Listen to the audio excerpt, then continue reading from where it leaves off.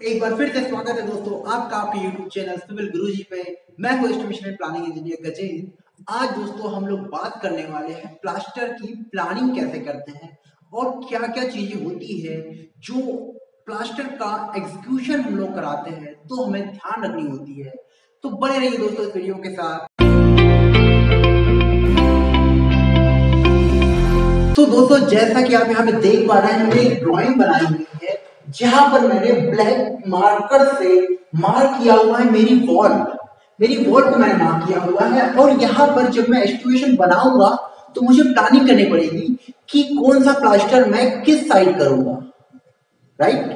क्योंकि जो मेसन हमारा ब्रिक मेसनरी करता है तो जिस साइड से मेसन ब्रिक मेसनरी कर रहा है, जैसे मान लेते हैं कि मैं यहाँ पर एक वॉल बना रहा हूँ, ये वॉल बना रहा हूँ। यहाँ पे इस वॉल को मेसन इधर से ब्रिक मेसनरी कर रहा है तो ये वाला फेस मेरा स्मूथ फेस होगा और इसके अपोजिट वाला फेस होगा रफ फेस।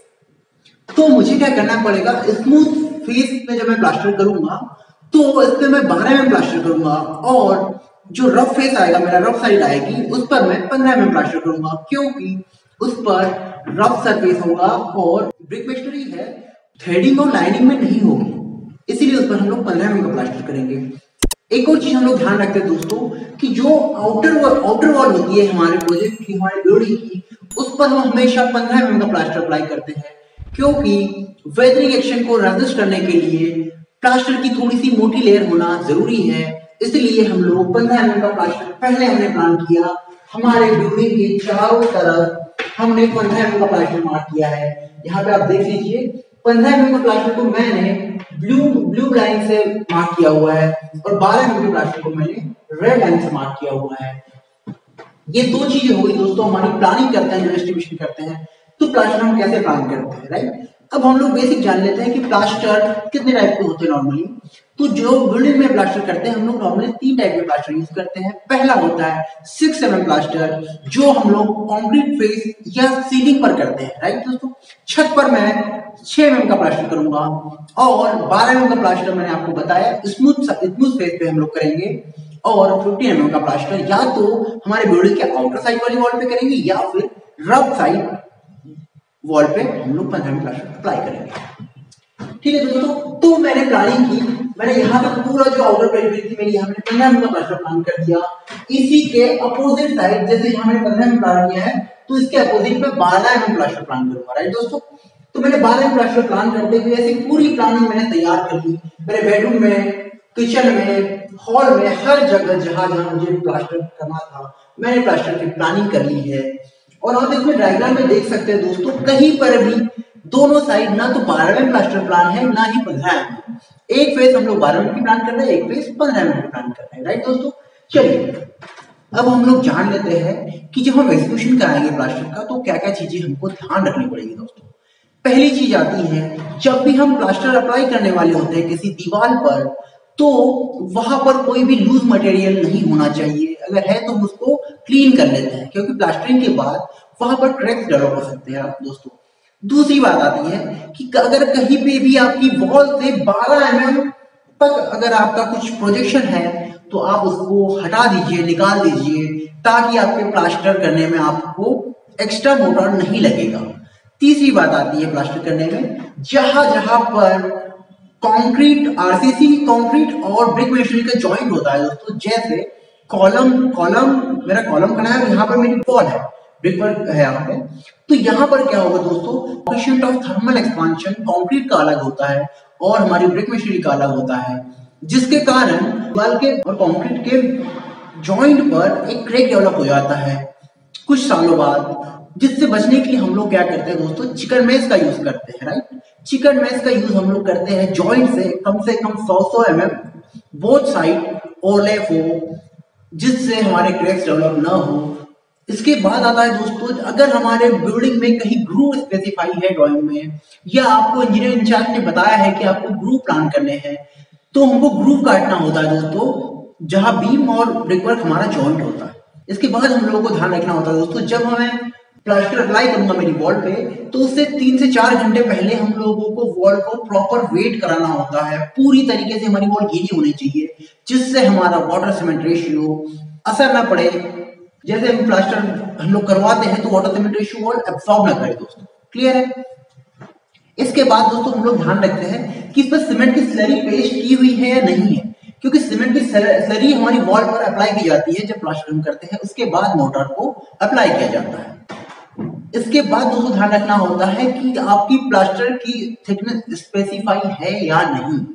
इसके लिए हम लोग टिप्पी बनाते हैं, वॉल पर टिप्पी एक रेक्टेंगुलर शेप की जितनी थिकनेस आपकी प्लास्टर की रहेगी उतनी थिकनेस की हम लोग मार्क करते हैं, जिससे हमारा मेसन आसानी से उसके एल्यूमिनियम की जो रिप रहती है उससे मैच करते हुए पूरा प्लास्टर थिकनेस एक समान मेंटेन करता है वॉल में। ठीक है दोस्तों, ये कुछ पॉइंट थे जो हमें ध्यान रखने थे। इसमें एक और बात आती है कि आपका प्लास्टर प्रॉपर प्लम बॉब में हो और प्रॉपर थ्रेडिंग में हो, कहीं भी बीच में एंडुलेशन ना आए, और कहीं पर बीच पर अगर हमारा प्लास्टर छूट रहा है तो वहां पर हम लोगों को वी आकार के ग्रूव में कटिंग करते हुए उस जॉइंट को प्रॉपर ऐसे मिलाना होता है दोस्तों कि वो जॉइंट दिखे नहीं, जिससे आपकी सुंदरता रहेगी दीवार की वो मेंटेन रहे।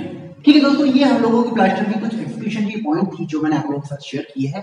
अब हम लोग बात करते हैं कि हम लोग जो एस्टिमेशन करेंगे, तो एस्टिमेशन करते टाइम हम लोग कैसे इसको कैलकुलेट करेंगे प्लास्टर। तो दोस्तों हम लोग जैसे यहाँ पे मैंने एग्जांपल में दिया हुआ है कि हमारे बेडरूम का जो साइज है 3.075 मीटर बाय 3 मीटर है, तो मैं क्या करूंगा दोस्तों, अंदर साइड मुझे एक्स डायरेक्शन में देखूंगा 12 में प्लास्टर मेरा कितना आ रहा है। चलिए देखिए, बेडरूम मेरे पास में 2 बेडरूम है और एक्स एक्सिस में मैंने 12 में प्लास्टर प्लान किया हुआ है, तो मेरे एक्स एक्सिस में लेंथ हो जाएगी दोस्तों, नंबर ऑफ आइटम 4 हो गए 12 में प्लास्टर के, 1 2 3 4। लेंथ मेरी है 3.075 और उसकी हाइट दोस्तों 2.90 हमने रिजर्व करी है फ्लोर के टॉप से स्लैब के बॉटम तक। फ्लोर के टॉप से स्लैब के बॉटम तक हमने 2.90 मीटर हाइट ली है, तो हमारा हो जाएगा 12 प्लास्टर का फर्स्ट में 4 × 3.075 × 2.90। ठीक है दोस्तों, अब इसमें जो डिडक्शंस आएंगे वो डिडक्शंस कैसे लेने हैं वो मैं आप लोगों को समझा रहा हूं, ध्यान से सुनिएगा। अगर कोई ओपनिंग मींस कोई डोर हो सकता है, कोई विंडो हो सकती है, वेंटिलेटर हो सकता है, या कोई ओपन स्पेस हो सकता है। अगर ओपनिंग का एरिया 0.50 स्क्वायर मीटर से कम है तो हम यहाँ इस ओपनिंग के लिए कोई भी डिडक्शन नहीं लेंगे दोस्तों, ध्यान रखिएगा। 0.5 स्क्वायर मीटर तक हम कोई डिडक्शन नहीं लेंगे। उसके बाद हमारा क्राइटेरिया आता है 0.5 स्क्वायर मीटर से 3 स्क्वायर मीटर तक अगर हमारी ओपनिंग है तो हम लोग उसका हर फेस में हाफ डिडक्शन लेंगे। जैसे यहाँ पर देखिए दोस्तों, MD1 मैंने डोर लिया हुआ है, इसका एरिया 2.83 स्क्वायर मीटर आया हुआ है।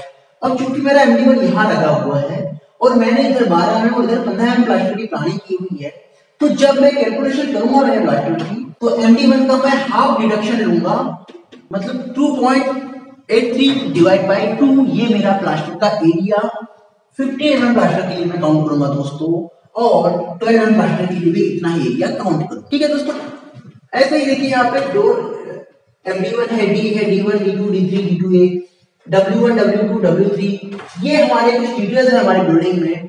इनमें कहीं भी 3 स्क्वायर मीटर से ज्यादा एरिया नहीं आ रहा है दोस्तों, इसलिए हम लोग हाफ डिडक्शन करेंगे इनका। अब एक चीज आती है कि अगर हमारे ओपनिंग का एरिया 3 स्क्वायर मीटर से ज्यादा हुआ तो मैं क्या करूंगा, तो इस केस में CPWD कहता है कि आपको दोनों फेज में फुल डिडक्शन लेना है, दोनों फेज में फुल डिडक्शन लेना है, लेकिन आपको आपकी जैम्स, सॉफिट और सिल इसका पेमेंट हम अलग से करेंगे। जैसे यहाँ पर मैंने एक विंडो बनाई है दोस्तों जिसका एरिया 3 स्क्वायर मीटर से ज्यादा है, तो मेरी सॉफिट लेवल क्या होता है, जो लिंटर का बॉटम होता है दोस्तों वो हमारा सॉफिट लेवल कहलाता है, राइट। और विंडो के लेफ्ट और राइट साइड जो होते हैं हमारे ओपनिंग के, इसको हम लोग जैम्स बोलते हैं, और विंडो जहां रेस्ट करती है उसको सिल बोलते हैं, सिल लेवल कहते हैं। तो हमें इस पर भी प्लास्टर करना होता है अंदर साइड में, तो मैं इसका मेजरमेंट अलग से लूंगा, पर डिडक्शन पूरा 3 स्क्वायर मीटर का करूंगा दोस्तों। ये CPWD के कुछ नॉर्म्स है जो हम लोगों को एस्टिमेशन करते समय बहुत ज्यादा जरूरी होते हैं जानना, नहीं तो हम बिल जो है हमारा क्लेम नहीं कर पाते हैं। जो बेनिफिट्स हमको मिलने चाहिए प्लास्टर के रिगार्डिंग वो बेनिफिट्स नहीं उठा पाते हैं दोस्तों, कई सारे इंजीनियर नहीं उठा पाते हैं।